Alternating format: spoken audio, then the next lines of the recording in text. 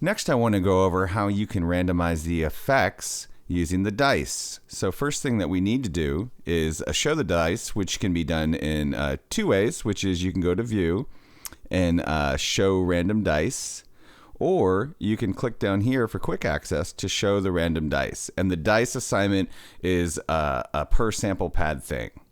So first we need to actually assign the dice to the effects, which can be done in the sample preferences. Good rule of thumb is anywhere you see the sample's name, besides on the sample pad, it will be tappable to get into the sample pad preferences.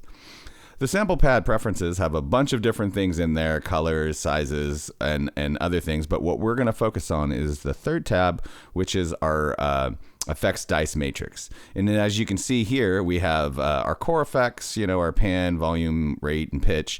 But then we have the effects high pass, low pass, auto pan, and delay, which line up to the effects in the order down here.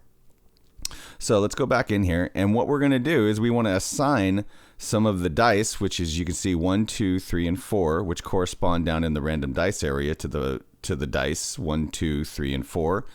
So you can tap on these to assign them, but what I'm going to do again is lean into the random to randomize our random.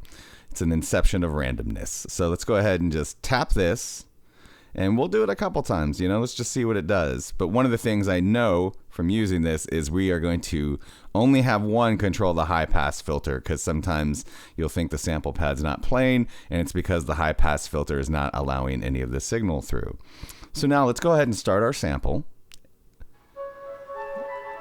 which sounds nice. But now we can start tapping our dice, and you can see that the things are changing, and in real time our sound is being manipulated.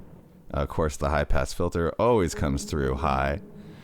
But yeah, and if you hold these down too, they increment, I think, at half seconds right now. So you can kind of hear how the sound is being manipulated. And makes for some interesting sounds. Some of the other things that are in the sample pad preferences of interest are on the second tab, where we have a MIDI learn, so you can assign MIDI controllers and external MIDI gear to the sample pads right now. A more robust MIDI implementation is going to come later, but for right now you can control the pads with MIDI.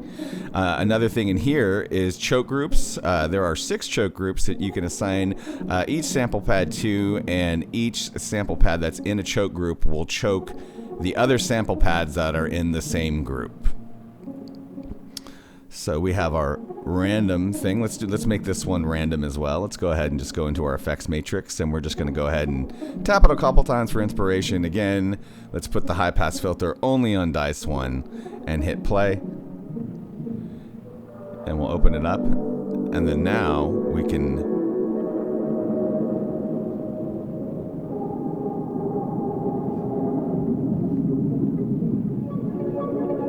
pull off some of that global reverb.